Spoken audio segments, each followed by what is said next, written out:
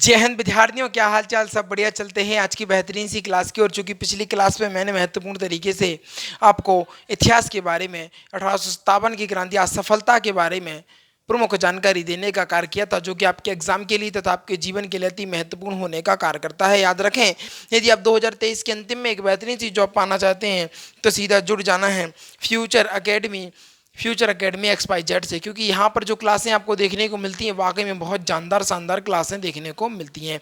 इतिहास की प्रमुख रूप से हम चर्चा करें, इतिहास की प्रमुख रूप से हम वार्ता करें तो इतने बेहतरीन ढंग से आपको इतिहास समझाया जाता है कि माइंड में बिल्कुल क्लीन तरीके से छप जाए, बिल्कुल आराम तरीके से आ जाए। तो ये थी फ्यूचर अकेडमी की विशेषताएं। आज हम बात करेंगे प्रमुख रूप से वायसरायों के बारे में, जो कि पिछली क्लास में प्रमुख रूप से जाना था कि आखिर किस प्रकार 1857 की जब क्रांति हुई तो मिंटो पार्क में जो लॉर्ड कैनिंग था वो पत्र पढ़ रहा है और वही प्रथम वायसराय बनने का कार्य कर रहा है। उस पत्र में लिखा हुआ था कि देखो, आज से ब्रिटिश ईस्ट इंडिया कंपनी का शासन समाप्त होगा और आज से क्राउन का शासक प्रारंभ होगा, यानी महारानी का शासन अब प्रारंभ हो जाएगा।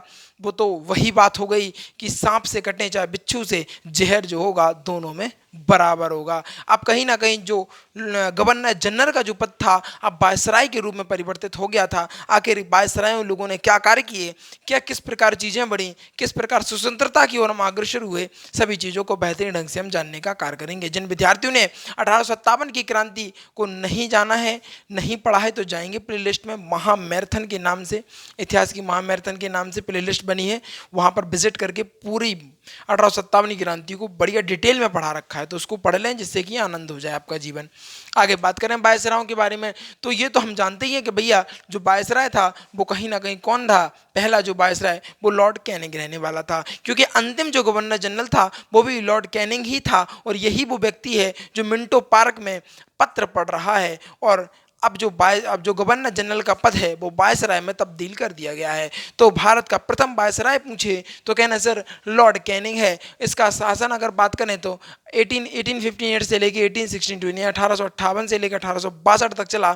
इसने 3 हाई कोर्ट की स्थापना की। प्रमुख रूप से बात करें कोलकाता की, मुंबई की और मद्रास की। कोलकाता की, मुंबई की और मद्रास की अगर हम जानें प्रमुख रूप से, अगर इस बात को जान लें कि 1859 से लेके 1856 में नील विद्रोह हुआ। आखिर सर ये नील विद्रोह था क्या, इसके बारे में भी हम जानने वाले हैं, ठीक है ना। तो विद्यार्थियों इस बात को बड़े बेहतरीन ढंग से समझ लेते हैं कि आखिर नील विद्रोह क्या था। नील विद्रोह एग्जाम की दृष्टि से कहीं ना कहीं बहुत महत्वपूर्ण हो जाता है। कहना सर ऐसा आप क्यों बोल रहे हैं, देखो क्या था। ये जो विद्रोह है कहीं ना कहीं बंगाल से प्रारंभ हुआ था। पहले क्या होती थी, नील की खेती की जाती थी। जैसे आप लोगों ने देखा ना सफ़ेद कुर्ती पे जो नील चढ़ाई जाती है ना, जैसे अब उजाला का जो ब्रांड आता है जिसमें नील डाल के कुर्तों पर नीले कलर चढ़ाया जाता, वही नील की खेती चढ़ी थी। बड़े बड़े लोगों ने जो अंग्रेज हुआ करते थे प्रमुख रूप से बंगाल को और बिहार को चुना था कि कहीं ना कहीं नील की खेती के लिए ये उत्तम जगह हैं, यहाँ पर मजदूर भी सस्ते मिल जाया करते थे। उन्होंने कहा इस बिजनेस में ज़्यादा प्रॉफिट है। विदेश से लोगों ने अपने अपने बड़े बड़े व्यापारों को छोड़कर नील की खेती में इन्वेस्ट करना प्रारंभ कर दिया और कहीं ना कहीं चीज़ें बढ़ती चली गई। अब आगे बताना चाहूँगा क्या कि नील विद्रोह की जरूरत ही क्यों पड़ी, आगे नील विद्रोह हुआ ही क्यों, इसके बारे में जानते हैं। आपको बता दें जो अंग्रेज हुआ करते थे वो जमींदारों से लीज पर उनकी ज़मीनों को ले लिया करते थे तथा उनकी ज़मीनों को ज़बरदस्ती छीन लिया करते थे और उस पर नील की खेती कराई जाती थी। नील की खेती आपको बता दें प्रमुख रूप से एक बड़ा व्यापार बन चुका था और ये कहीं ना कहीं बढ़ता ही जा रहा था। आप खुद विचार लगाइए, जिस ज़मीन पर गेहूँ उगना चाहिए उस ज़मीन पर अगर नील उगे तो फिर आदमी खाएगा क्या, तो आपको खुद इस बात का अनुमान लगाना चाहिए। तो इनके बीच में जब बहुत ही अति हो गई, जब बहुत ही सर से ऊपर पानी चला गया तो प्रमुख रूप से एक एक व्यक्ति निकले, एक प्रमुख नेता निकले जिनका नाम था दिगंबर विश्वास तथा विष्णु विश्वास। इन्होंने नील विद्रोह का आगाज किया और कहा कि आज से नील की खेती यहाँ नहीं होगी। ये प्रमुख रूप से नदिया जिले में, कहाँ पर भैया, नदिया जिले में नदिया ज़िले में हुआ करता था। ये नदिया ज़िले की अगर प्रमुख रूप से बात करें तो ये भी बहुत जानदार शानदार जगह है। मैं आपको बता दूं कि जो नदिया ज़िले थे, दिगंबर दिगंबर विश्वास तथा विष्णु विश्वास ने यहीं से कहा कि आज से जो नील की खेती होगी वो बंद कर दी जाएगी। भाई अंग्रेज जो जो बड़ा बड़ा मोटी मोटी रकम उस व्यापार से कमा रहे हो और आप कहते हो कि नहीं हम नहीं करेंगे, तो चीज़ें कहीं ना कहीं गड़बड़ होने वाली हैं। अब क्या हुआ आपको बता दें, विद्रोह तो प्रारंभ कर दिया था। उन व्यक्ति को क्या नाम था, कहना सर दिगंबर विश्वास तथा विष्णु विश्वास। नील की खेती जिस जिस कारण नील की खेती होती थी और नील की खेती के लिए मना कर दिया गया। प्रमुख रूप से आंदोलन के लिए जो व्यक्ति उतरे, एक का नाम था दिगंबर विश्वास और दूसरे का नाम था विष्णु विश्वास। ये दोनों व्यक्ति अब विद्रोह पर उतर आए, आंदोलन पर उतर आए कि अब आज से नील की खेती नहीं होगी। इसके बारे में नील दर्पण में लिखा गया है, जो कि दीनबंधु के द्वारा लिखी गई पुस्तक है। एग्जामिनर पूछता है यहाँ से कि बताइए नील दर्पण किसके द्वारा लिखी गई पुस्तक है, कहना सर दीनबंधु के द्वारा लिखी गई पुस्तक है। और ये नदिया जिले में आंदोलन हुआ था। ये बंगाल और बिहार को प्रमुख माना जाता था। यहाँ पर जो लीज पर जमीनों को ले लिया जाता था, मजदूर बड़े सस्ते मिलते थे, उन पर अत्याचार किया जाता था और अत्याचार करने के बाद उनसे नील की खेती कराई जाती थी, क्योंकि यहाँ पर एक बड़ी मोटी रकम मिलती थी। नील का व्यापार बहुत बड़े पैमाने पर फैल चुका था, अच्छा खासा प्रॉफिट हुआ करता था अंग्रेजों को। विदेश में जो लोग थे वो भी अपना अपना कार्य छोड़कर, अपना अपना कारोबार को छोड़कर, आपको बता दें, इंडिया में नील की खेती के लिए आने लगे, इंटरेस्ट दिखाने लगे कि अब तो हम भी नील की खेती करेंगे। जब चीज़ें ज़्यादा बढ़ने लगीं तो कहीं ना कहीं इस विद्रोह का आगाज हुआ। और ये विद्रोह किस व्यक्ति किस वायसराय के कार्य में हुआ, कहना सर ये लॉर्ड कैनिंग के समय में होने वाला है। आपको बता दें प्रमुख रूप से ये 1859 से लेके 1816 तक चला और यह विद्रोह एक आगे की तरह और भी प्रदेशों में और भी गांव में फैलता चला गया। अगर हम आगे बात करें प्रमुख रूप से जॉन लॉरेंस के बारे में, इसका शासनकाल जो आपको बता दें 1864 से लेके 1869 तक रहा। हस्तक्षेप की नीति अपनाई इसने, क्या नाम अपनाई, हस्तक्षेप की नीति अपनाई अफगानिस्तान से संबंधित। इसे शानदार निष्क्रियता कहा जाता है। इसके समय में ही आपको बता दें राजपूताना बुंदेलखंड में भीषण अकाल पड़ गया। भाई काहे नहीं पड़ेगा अकाल, आप खुद बताइए। एक तरफ नील की खेती, एक तरफ आप गांजे की खेती करा रहे हैं, अफीम की खेती करा रहे हैं, तो भाई साहब कहाँ पे अकाल। भैया आप खुद विचार लगाइए, जो सोना उगलने वाली ज़मीन है उसमें तुम जहर बोगे तो कहीं ना कहीं चीज़ें गड़बड़ हो जाएंगी। नील की खेती में भी ज़मीन खराब हो जाया करती थी। जो आपको बता दें अफीम हुआ करती थी, अफीम में भी ज़मीन बहुत ज़्यादा खराब हो जाया करती है। आपको प्रमुख रूप से बता दें, अगर किसी व्यक्ति ने आपको बता दें सिपाड़ी का पेड़ देखा हो तो उसकी जो साइड की जो कोरें होती हैं वहाँ पर कोई भी पेड़ पौधा आपको देखने को नहीं मिलता है। वहाँ की जो ज़मीन होती है वो नीली पड़ जाती है। वहाँ पर जो सिपाड़ी का पेड़ जहाँ होगा वहाँ पर साइड में और कोई भी पेड़ आपको देखने को नहीं मिलेगा। इतना जहरीली ज़मीन को वो करने का कार्य करता है। आपको बता दें तो भैया बुंदेलखंड में भीषण अकाल तो पड़ने वाला ही था, क्योंकि परिस्थितियाँ ही ऐसी उत्पन्न हो गई थी। केवल अंग्रेज अपने लिए सोच रहे थे, वो आप लोगों के लिए तो सोच ही नहीं रहे थे। वो अपना केवल प्रॉफिट और किस प्रकार भारत को सोने की चिड़िया से अब ये गरीबी रेखा में लाने वाले थे। आप तो स्वयं ही देख रहे हैं किस प्रकार भारत अब गरीब होता जाएगा और जो विदेशी देश हैं वो कहीं ना कहीं विदेशी व्यापारी हैं वो किस प्रकार अमीर होंगे आप देखते रह जाएंगे। और किस प्रकार तख्त पलट जाएगा, वक्त पलट जाएगा और लोग पलट जाएंगे, आप देखते रह जाएंगे। आगे बात करें प्रमुख रूप से फिर आया लॉर्ड मियो जो आया वो 1869 से लेकर 1872 तक रहा। ये अजमेर में मियो कॉलेज की स्थापना कराई। किस कॉलेज की? अजमेर में मियो कॉलेज की स्थापना किस व्यक्ति ने कराई? कहना सर लॉर्ड मियो ने अजमेर में मियो कॉलेज की स्थापना कराई। 1870 में कूका विद्रोह हुआ। भाई साहब कूका विद्रोह भी अगर एग्जामिनर यहाँ पे भी पूछता है कि बताइए कूका विद्रोह किसके शासनकाल में हुआ था, तो आपको पता होना चाहिए कि जो कूका विद्रोह था वो कहीं ना कहीं लॉर्ड मेयो के शासनकाल में हुआ था। किसके शासनकाल में? कहना सर लॉर्ड मेयो के शासनकाल में हुआ था। इस बात को बड़े बेहतरीन ढंग से जान लीजिएगा आप, ठीक है। आगे बात करें अगर हम कूका विद्रोह कहाँ पे हुआ था, और कहना सर कूका विद्रोह जो है वो पंजाब में होने वाला था। कहाँ पर? कहना सर ये जो है वो कहीं ना कहीं पंजाब में होने वाला था। आखिर यह जो कूका विद्रोह था आखिर किस कारण हो गया था, तो मैं आपको बताना चाहूँगा। जो अंग्रेज थे वो कहीं ना कहीं गाय जो होती है ना, जिसको हम माता कहते हैं, गायों की हत्या कर देते थे। उसी के भाई साहब। उसी के उपलक्ष्य में आपको बता दें, उन्हीं के विरोध में कि भैया आप जो हम जिनको माता कहते हैं, जिनको हम पूजते हैं, आप उनको मार रहे हैं, ये कहीं ना कहीं गलत है। इसी के उपलक्ष्य में ये कूका विद्रोह हुआ था, जो कि पंजाब से होने वाला था। कहाँ से? कहना सर पंजाब से। और इसमें हम बता दें प्रमुख रूप से इसमें ये विद्रोह जो था वो कहना सर कब प्रारंभ हुआ था? देखो आपको बता दें, ये हुआ था 12 अप्रैल 1800, आप हाँ 12 अप्रैल को हुआ था। कब हुआ था? कहना सर ये जो कोका विद्रोह था वो 12 अप्रैल को हुआ था। और आपको बता दें इस इस आंदोलन की जो शुरुआत थी, इस आंदोलन की शुरुआत थी, आपको बता दें भगवत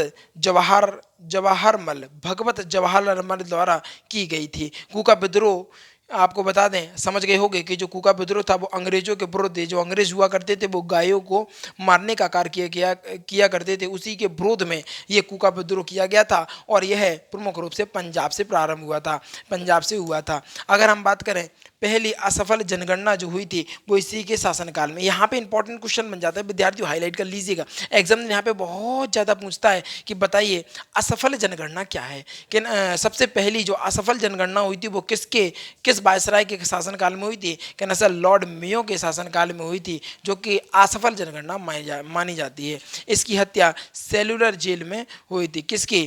कहना सर जो लॉर्ड मेयो है, इसकी हत्या सेलुलर जेल में हो गई थी। पहली बार जनगणना करने का प्रयास असफल रही। पहली असफल जनगणना किसके शासनकाल में? कहना सर लॉर्ड मेयो के शासनकाल में। और लॉर्ड मेयो कॉलेज की स्थापना करी थी 1870 में। कूका विद्रोह भी हुआ था। कब हुआ था? जल्दी से बोलो, कौन बताएगा? तो विद्यार्थियों याद रखिएगा, अगर एग्जामिनर पूछ ले कि बताओ कूका विद्रोह कब हुआ था, तो यहाँ पर आप एक दो क्वेश्चन याद रखिएगा। 1871 भी हो सकता है और कहीं कहीं 1872 भी देखने को मिलता है। 1870, 71 या 72 में से आपको देखने को चीज़ें मिल सकती हैं, तो थोड़ा सा याद रखिएगा। क्या है कि अलग अलग बुक के हिसाब से थोड़ा सा अलग अलग गूगल कुछ कहता है। अगर हम गूगल की माने तो गूगल आपको बता दें 1871 से लेकर 1872 कहता है ना। और किताबों के अगर हम माने तो 1817 कहता है। इस प्रकार की चीज़ें रहती हैं, तो आपको थोड़ा सा याद करना पड़ेगा। फिर आए अपने, आपको बता दें लॉर्ड नॉर्थब्रुक। ये कौन थे? थोड़ा सा रुक जाइए, ये गड़बड़ हो गया। लॉर्ड नॉर्थब्रुक के बारे में बात करें, इसने 1872 से लेके 1876 तक रहा। और इस व्यक्ति को भाई साहब ये कतई व्यक्ति था। कहना सर कैसे? 1873 से लेके 1876 में पाबना विद्रोह बंगाल में हुआ था। कहना सर ये पाबना विद्रोह क्या था? आपने अभी कूका विद्रोह तो बता दिया, अब हमें बता दीजिए पाबना। कहना सर ये पाबना विद्रोह क्या है? तो देखो इस बात को भी समझ लीजिए कि जो पाबना विद्रोह था विद्यार्थियों, ये जमींदारों के शोषण के विरुद्ध यह किया गया था। कौन सी जगह पर? ये पाबना एक जगह का नाम है, इसलिए इसको पाबना विद्रोह कहा गया। और आपको बता दें प्रमुख रूप से आपको बताना चाहूँगा कि जो पाबना विद्रोह थे, इसका जो नेतृत्व करने वाले दिग्गज थे, उनका नाम था, याद रखिएगा, सुरेंद्र नाथ बनर्जी, आनंद बोस, द्वारका नाथ गोगली। ये प्रमुख नेता थे जो पाबना विद्रोह में आगे बढ़ने का कार्य किया था। ये विद्रोह किसके प्रति था? कहना सर ये विद्रोह जमींदारों के शोषण के विरुद्ध ये विद्रोह किया गया था। किस जगह पर किया गया था? कहना सर ये पाबना जगह पर ही किया गया था, इसलिए इसको पाबना विद्रोह कहा जाता है। अब तो क्लियर है भैया, दिक्कत नहीं लेने देना, चिंता नहीं होगा, किसी भी विद्रोह को हम छोड़कर नहीं चलने वाले हैं। अगर बात करें 1875 से लेकर 1870 में ढक्कन का विद्रोह, ये ढक्कन का विद्रोह क्या था सर? अब आपने तो हमें सब बता दिया, ये ढक्कन का विद्रोह और बता दीजिए। तो इस बात को जान लीजिए, ये ढक्कन नहीं है बेटा, दक्कन है, ठीक है।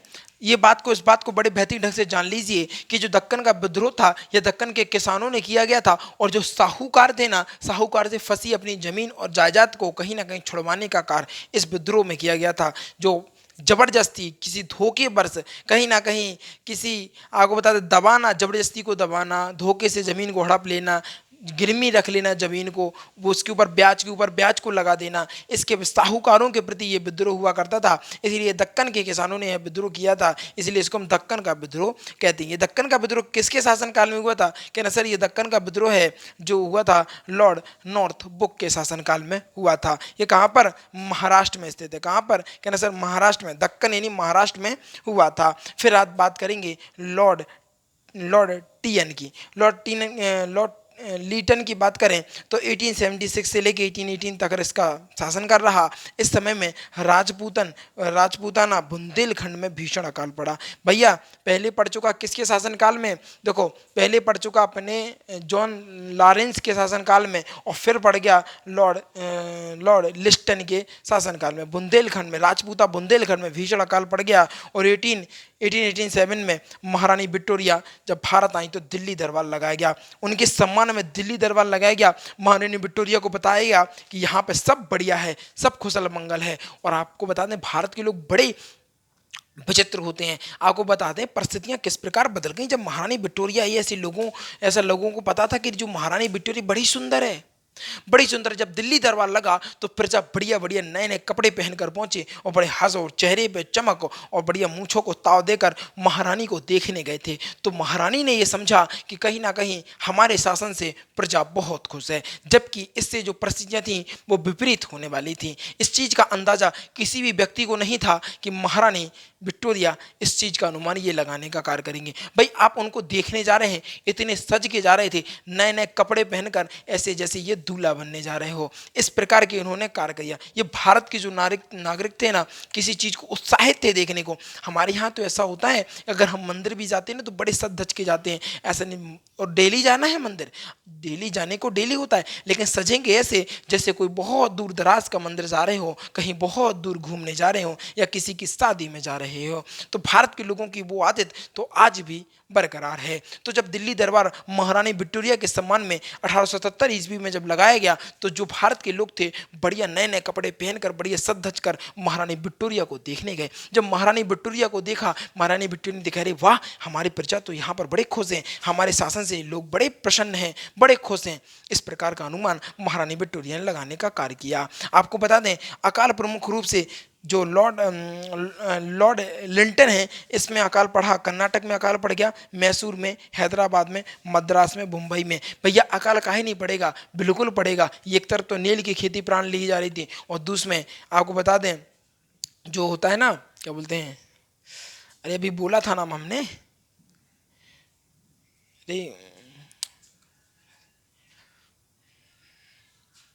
अरे वो नशीला पदार्थ होता है, क्या बोलते हैं उसको, गांजे की खेती। गांजे की खेती, प्रमुख रूप से गांजे की खेती का भी विस्तार। भैया गांजे का खेती, जो गांजा होता है ना, नशीला पदार्थ होता है एक इसको, ठीक है ना, चरस गांजा। चरस तो अभी चल रहा, पहले गांजा चलता था उस टाइम पे। मद्रास, और भाई खेती इसकी हो रही है। जब इन चीज़ों की खेती होगी तो गेहूं की खेती कहाँ होने वाली है। जब गेहूं की खेती नहीं होगी तो भैया आप जब बोएंगे नहीं तो खाएंगे क्या। इस बात की बड़ी समस्या उत्पन्न होने लगी, और अकाल पड़ गया कर्नाटक में, मैसूर में, हैदराबाद में, मद्रास में, मुंबई में। ठीक है, ठीक। आगे बता दें आपको, अंग्रेज अकाल आई, इसके बाद जब अंग्रेजों को लगा कि अब काम तो चलने वाला है नहीं, तो एक नए आयोग की स्थापना कर दी जिसको बोलते हैं अकाल आयोग। अंग्रेजों ने अकाल आयोग की स्थापना करने का कार्य किया। फिर क्या किया अंग्रेजों ने, कहना सर अंग्रेजों ने अकाल आयोग की स्थापना करने का कार्य किया। ये थी आज की क्लास। और प्रमुख रूप से कल हम लॉर्ड मिंटो के बारे में और भी जो बड़े बड़े वायसराय रहे हैं उनके बारे में हम जानने का कार्य करेंगे, जो कि अति महत्वपूर्ण एग्जाम के लिए और आपके जीवन के लिए। लॉर्ड डफरिन वगैरह, लॉर्ड रिफिन वगैरह, इनके बारे में भी हम कल की क्लास में चर्चा करेंगे प्रमुख रूप से। बताइएगा ज़रूर क्लास कैसी लग रही है ना। सभी चीज़ों को बताया हमने, देखो कूका विद्रोह बता दिया आपको, ढक्कन विद्रोह बता दिया, पाबना विद्रोह बताया है ना, सबको बताया है हमने। ऐसा नहीं है कि सिर्फ पढ़ा के छोड़ दिया कि इसमें क्या था। नील विद्रोह बताई दिया आपको, कुछ भी ऐसा विशेष नहीं रह गया है जो कि आपको इस क्लास में मैंने ना बताया हो। अब चलेंगे जीवन के लिए जिस प्रकार सांसें जरूरी है उसी प्रकार पढ़ाई के लिए रिवीजन जरूरी है। तो चलते हैं एक बार रिवीजन की ओर। अगर बात करें लॉर्ड कैनिंग के बारे में तो 3 हाई कोर्ट की स्थापना करी, कोलकाता, मुंबई और मद्रास में। 1859 में से 1856 तक नील विद्रोह हुआ, जिसका कारण नील की खेती हुआ करती थी। नेता जो प्रमुख रूप से उभरे इस आंदोलन में, जो आगे बढ़ने के लिए निकले, वो थे दिगंबर बिश्वास तथा विष्णु विश्वास। इसके बारे में नील दर्पण में दीनबंधु लोग अपनी पुस्तक में लिखते हैं। दीनबंधु की पुस्तक में है नील दर्पण, उसमें देखने को मिलता है। हरिश्चंद्र चटर्जी, हिंदू आपको बता दें पैट्रियन, बैटरियान ने नील विद्रोह में सहयोग करने का भी कार्य किया है। जॉन लॉरेंस की बात करें 1864 से लेकर 1869 तक इनका रहा, आज तक छिक्की नीति अपनाई। और आपको बता दें प्रमुख रूप से इनके समय में ही राजपूताना बुंदेलखंड में भीषण अकाल पड़ा। लॉर्ड मेयो की बात करें तो ये अजमेर में मेयो कॉलेज की स्थापना करते हैं। 1870 में कूका विद्रोह इनके समय में हुआ था, जो कि पंजाब में था। पहली बार असफल जनगणना इनने ही करवाई थी, जनगणना करवाई लेकिन वो असफल रही। ठीक है, इसकी हत्या सेलुलर जेल में कर दी गई थी, जो कि अंडमान में स्थित है। इसके बाद लॉर्ड नॉर्थ बुक की बात करेंगे तो 1873 से लेकर 1876 तक पापना विद्रोह हुआ, जो कि बंगाल में हुआ। आपको बता दें 1875 से 1876 में दक्कन का विद्रोह हुआ, जो कि महाराष्ट्र में हुआ। इसके बाद लॉर्ड लिल्टन की बात करें 1876 से लेकर 1818 तक, इस समय राजपूताना बुंदेलखंड में भीषण अकाल पड़ा। 1877 में महारानी विक्टोरिया के सम्मान में दिल्ली दरबार लाया गया। अकाल की बात करें तो कर्नाटक में अकाल पड़ा, मैसूर में, हैदराबाद में, मद्रास में, मुंबई में। इसीलिए अंग्रेजों ने अकाल आयोग की स्थापना करने का कार्य किया। ये थी आज की क्लास, बहुत जानदार शानदार तरीके से आपको पढ़ाने का प्रयास था, जिससे कि सारी चीज़ें आपके लिए क्लियर हो जाएं बढ़िया तरीके से। ठीक है, बताओ क्लास बढ़िया लगी कि नहीं, आनंद आया कि नहीं आया होगा। तो भैया जो विद्यार्थी नए हैं ना, वो जल्दी से जाएंगे, वीडियो को लाइक कर लेंगे, चैनल को सब्सक्राइब कर लेंगे और शेयर करके आएंगे अपने यार दोस्तों और चाहने वालों के साथ, क्योंकि आज की जो वीडियो थी कहीं ना कहीं बेहतरीन, गजब और लाजवाब होने का कार्य कर रही थी। इन्हीं चंद शब्दों के साथ विदा लेना चाहूँगा। बस जीवन में आनंदित रहें और आगे बढ़ते रहें। याद रखें, जो हिस्ट्री की क्लास होती है सुबह मॉर्निंग में 11 बजे होती है, और मंडे टू फ्राइडे क्लास होती है, सैटरडे संडे ऑफ रहता है। इन्हीं चंद शब्दों के साथ विदा लेना चाहूँगा। जीवन में आनंदित रहिएगा और आगे बढ़ते रहिएगा। Thanks for watching. जय हिंद, जय भारत। स्क्रीनशॉट लेना चाहते हैं तो स्क्रीनशॉट भी ले सकते हैं।